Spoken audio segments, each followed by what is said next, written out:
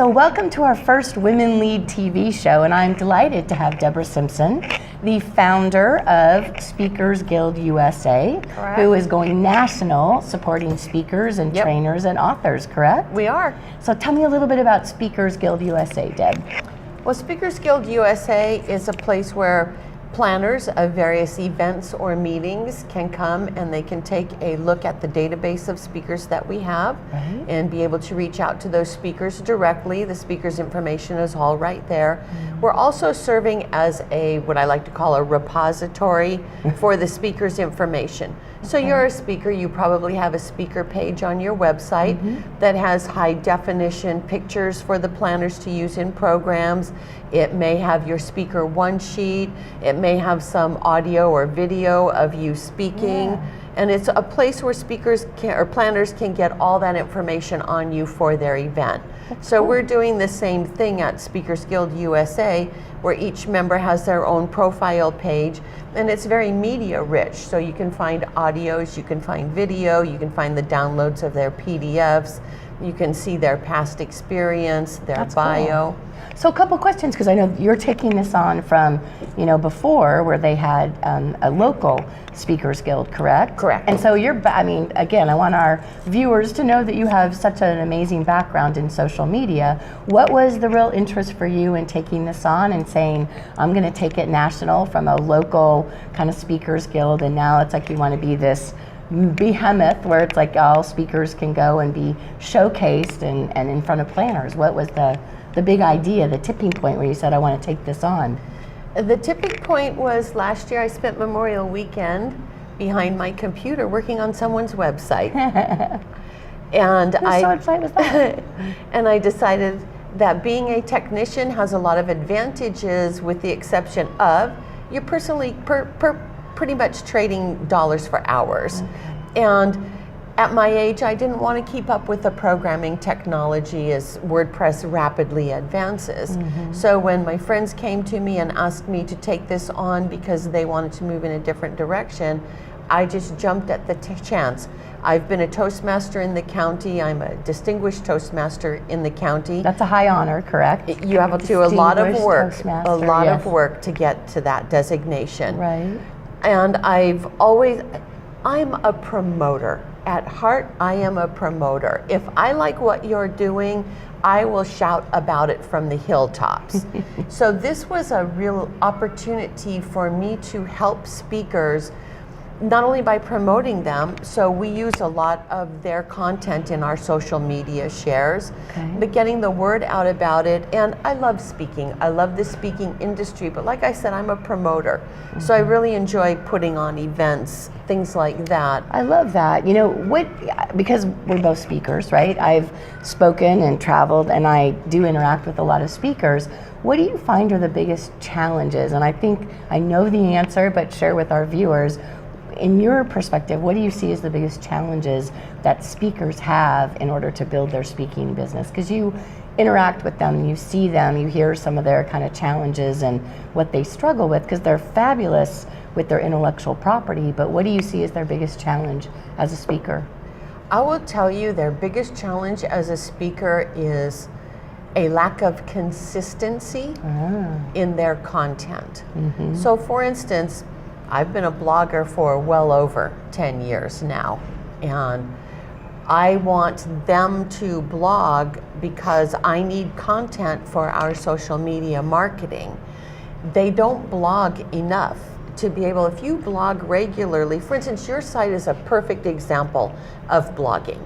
You have the Women Lead Radio, and you have 1 or 2 shows every week. And now we have Women Lead TV. And now we have Women Lead TV. It's all about lady power. Right, and those are blog post items.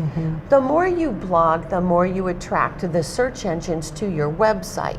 So not only do I want them to blog to help me give them more visibility through our social media, I want them to blog because the search engines are going to come around much more often and give them much more visibility. Plus, every speaker is in their own genre a thought leader. So you need to be able to share that out. And if I might say, as speakers, and I know sometimes we get a little caught up on whether we actually want to be visible on video. Right, like today. It's all about video and visual marketing, and your video will pull more than anything. We were in this very room a few months ago with Michelle's group, Connected Women of Influence, and I did a Facebook Live because this is a small room, and when we filled it up, the energy and the buzz was unbelievable. So all I did was walk around with my video camera, just filming the activity. I didn't actually interact with any of the ladies, but I did a narration as I did it. Yeah, I remember Those that. videos pull like there's no tomorrow. Right. I mean, it's awesome visibility for anybody, especially for a speaker or an organization. So utilizing video, which means you can vlog instead of blog. And I love that term, vlogging. Vlogging. Is the new thing. I mean, I don't know if it's new, but we're just kind of coming up to the table on it. You know, this show is called Women Lead TV. And first of all, love my sexy voice. So it's like it's spring in Southern California. I'm curious from your standpoint, in your perspective, what do you think have been maybe one or two of the key leadership traits that you have had that have been really central to your success as a female leader? I always go there because I know you're knowledgeable, you're... Right. Part of my leadership skills, I believe, are in being able to see what will benefit my members the most.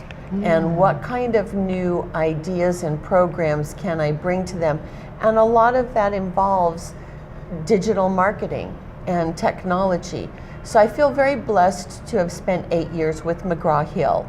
They hired me because of my desktop publishing experience, because if you can believe this, I've had a computer since 1985, and I've been working on Microsoft Publisher since version 1.0. Holy cow. In DOS. Okay. So wait, we have to say DOS again, because for many of our viewers, they're not going to know what that is. No.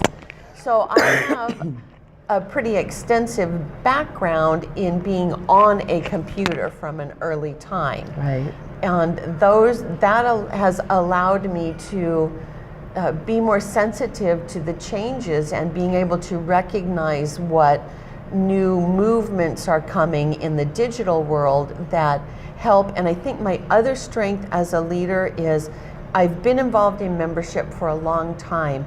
It's member retention strategies. When you have blogging, when you have video, and I must say you've been a great example of letting me bring to you those strategies for your members. You've been my teacher, my dear. So all of these I have your things, Padawan. I'm your Padawan. All of these things that you're doing makes your membership more valuable to the professional business to business woman, because you're facilitating an easy way for them. Just setting this up today is an easy way to slide one of your members into this seat and let them talk to you or be interviewed by you about their business. Those are tools that provide content for you, provide more visibility for you, provide content for me, more visibility for, it's a win-win, totally a win-win. So I think part of being a leader is I know that technology can be difficult for some people, but you have a lot of people like me around who will help walk you through this and give you an idea of what's possible. And for the mature businesswoman, we need to go ahead and embrace video. There you go. No matter what. Even if our age. makeup isn't great, our hair isn't perfect, it's all of that, right? Listen, my daughter just pulls that iPhone up and does it. She doesn't care what she looks like. Yeah, but that's what I've learned from you. And I got to say homage to you, because literally in the last few years, one of the things I've loved the most, because you know I was never a real big social media fan. LinkedIn, absolutely. I've embraced Facebook. It's like Twitter, I'm still learning. But I have to say, you know, what I've learned most from you is just try it. I mean, take one step. start something, you're going to tweak it. It's never perfect. It's never done. And I look back and I think with our online radio show that we've done, which is Women Lead Radio, by the way, when we started Women Lead Radio, we didn't know what we were doing. I kind of feel like we're that with Women Lead TV, other than I'm hoping we can interview, like you, incredible female leaders that really are doing cool things in business. They're taking a leap, they're leading the way, you know, they're successful, they're always looking to be more successful, and that's who I'm hoping we interview, and it's a great start having you on the show. But one of the things I'd love for maybe you to share in addition to that is, because you deal with speakers, what would be 1 or 2 or 3 things that you could share that if we have any viewers that are saying, I'm a speaker, I might be interested in Speakers Guild USA, who's the type of speaker you look for that you're looking to attract on your site for the speakers you represent? I only asked one question, right? Did I ask 5 at no, the same you only time? asked one I usually question. ask about 20 all at the same time. I'm looking for speakers who are willing to embrace the opportunity that they're being given. I don't know of any other speaker site right now that invites their speakers to be guest bloggers. Or that invites their speakers to be the presenters. We have a meetup group with over 850 members in it. So we need to put on meetups regularly. So it's having the speakers going to them and saying, hey, you know, you're my elite speakers. I'm sure you have something that you can present that would be helpful. We just started a speakers sub-hub at Hera Hub, which is a female co-working spa-inspired space. And I think, for me, it seems to be one of the most successful sub-hubs. We are meeting twice a month. We talk about topics related to speaking. So I think for speakers, you know, create a community around your speaking topic. So we're looking for speakers who want to collaborate with Speakers Guild USA. I would love to go out and produce events. We just produced an event with one of our Connected Women of Influence members who does Amazon positioning for authors and how you can get, I just got a great book, How to Be a Bouse. A what? Bouse. What is that? B-A-W-S-E. Excuse me. She's a millennial who has a YouTube channel. I gotta write that down. She's awesome. How did I buy that book? Because I went to Audible, which is owned by Amazon, and it was recommended to me based on the book You Are a Badass by Jen Sincero that I bought. And I was intrigued with the reviews of this How to Be a Bouse. I love it. And so I said, I'm going to go ahead and get it. It's a great book. Good book. I absolutely love it. So that's what Bethany does, Bethany Kelly of Publishing Partners in Connected Women of Influence. So we had the event that we put on together, and I was able to provide the speakers, and she has the content. I heard it was a great workshop, and I think we might be doing some webinars with that together collectively, which again, we're all about collaboration. It's interesting because I want to share a book with you that I got, I want to think 25 years ago. It has been my Bible for speaking, and it's by a woman that in the day, back in the 80s, Dottie Walters. Oh yes. Oh my gosh. Yes. That book, it's still so tattered. It's got notes in the margins. I mean, that book has been used and abused for me over the years, that in the old days with video VHS packages and your one sheet, I'm totally dating myself, but you know, now flip forward, everything's digital. Right. And I'd love for you to share maybe more of what should be on a speaker's website. And what's the name of her book? Her book was how to make $1 million in the speaking industry, okay. I'll have to look how it to up. make it big in the speaking business. And it was the absolute Bible for anybody starting in the speaking business, and still is very relevant today about how you go about and try to market yourself. Because I think one of the biggest challenges for speakers is how do you market yourself when you're calling up a company or an organization or a conference and you're talking to the meeting planner and you're saying, you know, I'm wonderful, I'm fabulous, I'm great, can you please book me for a speaking engagement? I struggled with it, and I kind of had my little secret sauce of how I got around it without having somebody represent me. But what are maybe some things you could share with other speakers of what they could do to market themselves a little more effectively? Because I think it's a tough business to market yourself and say how wonderful you are on your own. Right. Right now in the speaker sub-hub at Hera Hub, we're working on speaker one sheets. But if I had to say anything, video. Have a video, okay. You know, if you're going Like we're doing on today. Yes, if you're going on a speaking engagement, it would behoove you to hire a videographer and to come in and do video. If you can do a 2-camera shot, that would be great. Video of you presenting, and Catherine Mowbray-Lawrence and I, she's also another Connected Women of Influence member, on June 22nd, we're putting on a speaker showcase again. And that's an opportunity, we cap at about 22 speakers, but that's an opportunity for them to go up on stage for a set amount of time, have a 2-camera shot, and the other attendees are the audience. So this gives them that sizzle reel that shows a speaking planner, an event planner, how they perform. Because I was at an event the end of February. The idea behind this event was a gigantic $10,000 upsell to those of us attending who are speakers. $10,000 upsell, okay. Yes, and 10 people took advantage of that upsell. When it came time at the end of the day for half of the speakers on the Saturday night to go up for their 5 minutes, as someone who's been in the speaking industry for a while and been a Toastmaster for many years, it doesn't matter how much money you spend to find out how to create events and market your speaking yourself. If you can't speak, oh yes, without saying every 5 minutes or every 3 minutes, yes. So you need to show planners that you can deliver the content you've told them you can deliver. And if by chance you have a mailing list that you can use to market yourself coming up to the event, I think that's a big plus for planners. If you have your community, and that's why I go back to right now, it's all about building community, especially online. You can do that through your Facebook group, you can do that through your LinkedIn group if you want to create a LinkedIn group. But you want to build a community, because if you have a great community built. Yes, we do. No, not nice. It's fabulous as a community. Fabulous. It is awesome as a community. Fabulous, darling. It is all that. You could call on your community at any time and say, hey, I'm going to be speaking at this upcoming women's conference. It just happens to be here in San Diego. Here's the link. We'd love to see you come and network with the other women. That's a tremendous benefit to a planner. Yeah. Because you have a built-in community that's willing to respond. And that's the whole thing. If, for instance, for authors, I've been told I've done some work with one of our book consultants, that publishers want you to have a 10,000 person following.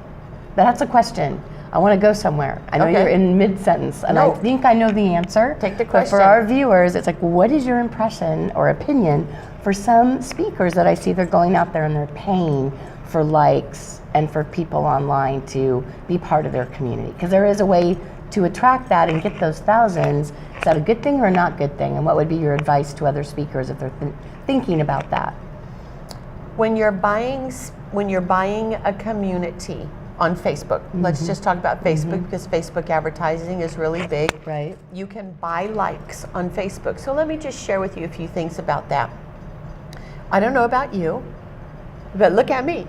I'm older. People don't think... I'm there with you. Yeah. I'm in there with you. People don't think I'm very savvy. I get friend requests all the time from men, mostly. These are all fake profiles that these people are creating on Facebook. These are the fake profiles that they are going to give you when you start buying likes. You cannot buy a community by paying for likes. You have to build a community by earning their trust and delivering them content. I have 2 very active communities that I manage on Facebook.